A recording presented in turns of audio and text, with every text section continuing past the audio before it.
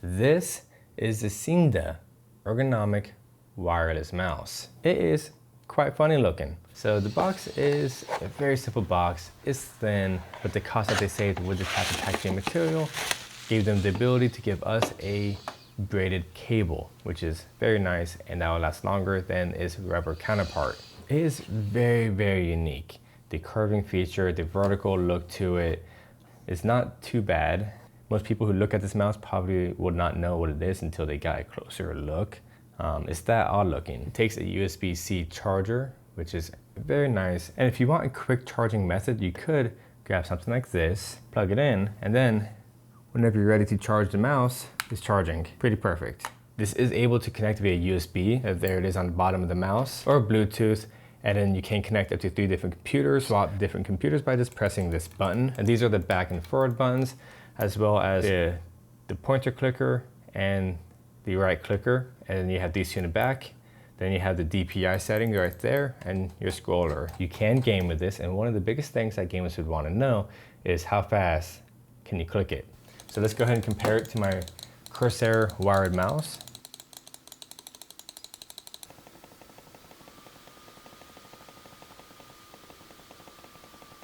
And as you can see, I can click fairly quickly on my Corsair mouse, and on this ergonomic mouse, I can click fast. Not as fast as the Corsair mouse. And one thing I do want to point out is that when I'm clicking, it's hard to grip fully on my right side. So it just doesn't feel nice. And when I'm clicking, you may accidentally click this top one as well. Because if you're gaming, things can get pretty intense. So it just does not feel sturdy to me.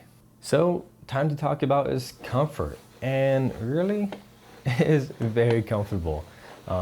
It kind of feels like you're shifting a car, if you will. Glides pretty easily. Biggest thing I want to note is that it's so much different compared to the standard mouse, because instead of moving like this, you are moving with your wrist like this instead of your whole arm like this. So that is definitely something to get used to, and I do think you can get used to it. It will just take practice. And this ergonomic feel is really good for carpal tunnel, because let's say if you go on a mouse, I'm gonna grab this mouse, my radial connects here to here, and my ulna is here to here. So as I twist, my radial is now coming over my ulna, therefore being in a very unnatural position for my forearm. And that is where you can start to get carpal tunnel if you're on a computer a lot. So if you're on the computer for multi-hours of the day, this might be the good choice. As you can see, there are 8 different buttons on this mouse. We have 2 right here, 4 right here, 1 here, and 1 here. You can connect it to 3 different devices, and it does have 3 different DPI settings.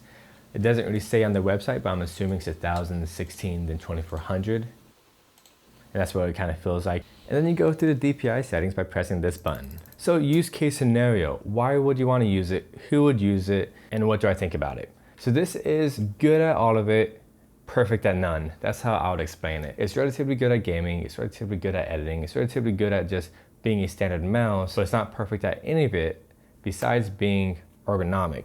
If you want this mouse, and if you want this magnetic charger plug-in adapter, then I'll link them both down below for your convenience. And if you want to see how this mouse lines up against 4 other mice, check out this video. This is Chris. Always appreciate and respect another. I'll see you next time.